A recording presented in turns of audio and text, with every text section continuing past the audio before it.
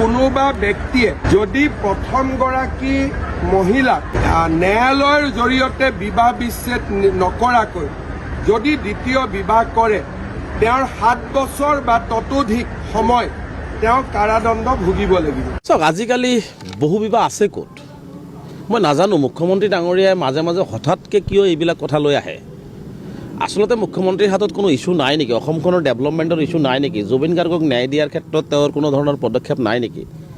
Justice বিচাৰিছে অসমৰ মানুহে। জুবিন গাৰ্গৰ মৃত্যু কেনেকৈ হ'ল, জুবিন গাৰ্গৰ মৃত্যুৰ কাৰণে জুবিন গাৰ্গৰ জাষ্টিছ বিচাৰি আছে। অসমৰ মানুহৰ অৰ্থনৈতিকভাৱে উন্নয়ন বিচাৰি আছে। অসমৰ শৈক্ষিক সমাজখন পিছ পৰি গৈছে, তেওঁলোকৰ শৈক্ষিক সমাজখন আগুৱাই লৈ যাব লাগে। অসমখন কেনেকৈ 5খন ৰাজ্যৰ ভিতৰত যাব লাগে, এই কথা বতৰাবোৰ মুখ্যমন্ত্ৰী আগতে 5খন ৰাজ্যত অসমখন আগুৱাই যাম বুলি বাৰে বাৰে কৈছিলে। এই কথা বতৰাবিলাক কেতিয়া মুখ্যমন্ত্ৰী পাহৰি গ'ল নেকি? আচলতে ডেভেলপমেণ্টটো মুখ্যমন্ত্ৰীয়ে পাহৰি গ'ল নেকি? জুবিন গাৰ্গ ডাঙৰীয়াক ন্যায় দিয়াৰ কথাটো মুখ্যমন্ত্ৰীয়ে পাহৰি গ'ল নেকি? গতিকে তেনে ক্ষেত্ৰত এনেকুৱা অনুভৱ হয় যে মুখ্যমন্ত্ৰীয়ে মাজে মাজে এইবোৰ পাহৰি গৈছে আৰু নাইবা হয়তো ইছ্যু ডাইভাৰ্ট কৰিবৰ কাৰণে মুখ্যমন্ত্ৰী এনেকুৱা ধৰণৰ কথা কয়।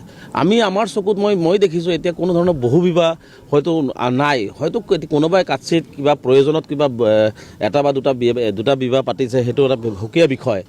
গতিকে তেনে ক্ষেত্ৰত মুখ্যমন্ত্ৰী ডাঙৰীয়া বহু বিবাহৰ কথা কৈও আচলতে মানুহৰ মন এটা বেলেগ ফালে লৈ যাব বিচাৰিছে। মই মুখ্যমন্ত্ৰী ডাঙৰীয়াক এটা কথা কৈছোঁ যে বাল্য বিবাহৰ ক্ষেত্ৰত যেনেকুৱা ধৰণে আমি সজাগতা সৃষ্টি কৰিছিলোঁ, ৰাইজক আহ্বান জনাইছিলোঁ, এতিয়া বাল্য বিবাহ আছে জানো? বাল্য বিবাহ নোহোৱা হৈ গ'ল। মুখ্যমন্ত্ৰীৰ কাৰণে বাল্য বিবাহ বন্ধ হোৱা নাই। অসমৰ ৰাইজে সজাগ হৈছে, সচেতন হৈছে। সদৌ অসম সংখ্যালঘু ছাত্ৰ ইউনিয়নে ঘৰে ঘৰে ড্ৰাইভ দিছে, ৰাইজক বুজাইছে। সদৌ অসম সংখ্যালঘু ছাত্ৰ ইউনিয়নৰ কৰ্মীসকলে মাৰ খাইছে।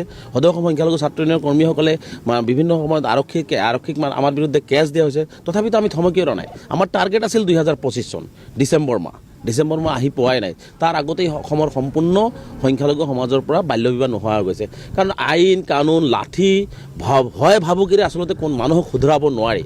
মানুহক মৰম ভালপোৱা, মানুহক বুজি লৈ পেলাই যদি কামবিলাক আগবাঢ়িব পৰা যায়, তেনেহ'লে মই ভাবোঁ যে এই সমস্যাবিলাক ইজিলি সমাধান হয়। আৰু মুখ্যমন্ত্ৰী ডাঙৰীয়াই আইন কানুন দেখুৱাই ভাবুকি দি যিবিলাক কৰিব বিচাৰে সেইবিলাকেৰে আচলতে সমস্যাৰ সমাধান নাই, সমস্যা আৰু দিনক দিনে বৃদ্ধিহে হয়। গতিকে বহু বিবাহৰ ক্ষেত্ৰতো মুখ্যমন্ত্ৰী ডাঙৰীয়াই আচলতে তেওঁ নিজে ক'তবা দেখিছে মই নাজানো। গতিকে এনে ক্ষেত্ৰত তেওঁ ক'ৰবাত ক'ব 4টা-5টা সন্তান জন্ম দিব লাগে কাৰোবাৰ কোনো জনগোষ্ঠীয়ে, আকৌ ক'ব বহু বিবাহ বন্ধ হ'ব নালাগে। তেওঁৰ দুমুখীয়া চৰিত্ৰ কিয়? যদি জনসংখ্যা নিয়ন্ত্ৰণৰ কথাই আহি আছে, যদি 2টা বিয়া পাতিলে জনসংখ্যা বৃদ্ধিয়ে হয়, আকৌ 5টা-6টা সন্তান জন্ম দিয়াৰ কথা কিয় কয়? মুখ্যমন্ত্ৰী ডাঙৰীয়া সজাগতা সৃষ্টি কৰক স্বাস্থ্য বিভাগৰ জৰিয়তে যে 1 বা 2টা সন্তানেই যথেষ্ট। অসমখনৰ অৰ্থনৈতিকভাৱে পিছ পৰি গৈছে, আমাৰ অসমৰ মানে মাটিকালি কমি গৈছে, আমি অসমখন মানে ইণ্ডাষ্ট্ৰিয়েল হিচাপে আগবাঢ়িব পৰা নাই।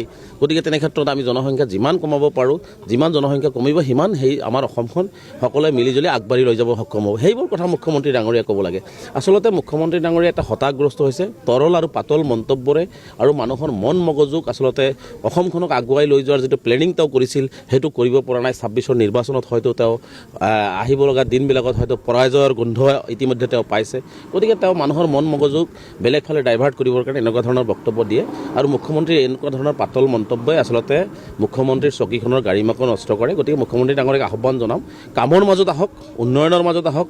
ৰাইজে বৰ্তমান জুবিন গাৰ্গ ডাঙৰীয়াৰ মৃত্যুৰ ন্যায় বিচাৰিছে। গতিকে সেইবিলাক কথালৈ আহক, ৰাইজে যি বিচাৰিছে ৰাইজৰ কাম কৰক, তেনেহ'লে নিশ্চিতভাৱে ৰাইজে আঁকোৱালি ল'ব। আৰু যদি এনেকুৱা ধৰণৰ মুখ্যমন্ত্ৰীয়ে পাতল আৰু তৰল মন্তব্য কৰি কোনোবা জনগোষ্ঠীক টাৰ্গেট কৰি কোনোবা কিবা আইন আনি কাৰোবাক ভয় ভাবুকি দেখুৱাই যদি মুখ্যমন্ত্ৰীয়ে কামবোৰ আগুৱাই লৈ যাব বিচাৰে, মই ভাবোঁ যে মুখ্যমন্ত্ৰীৰ তেনেহ'লে এই 5 বছৰেই হয়তো ৰাজনৈতিক জীৱনৰ শেষ কেৰিয়াৰ হিচাপে চিহ্নিত হ'ব।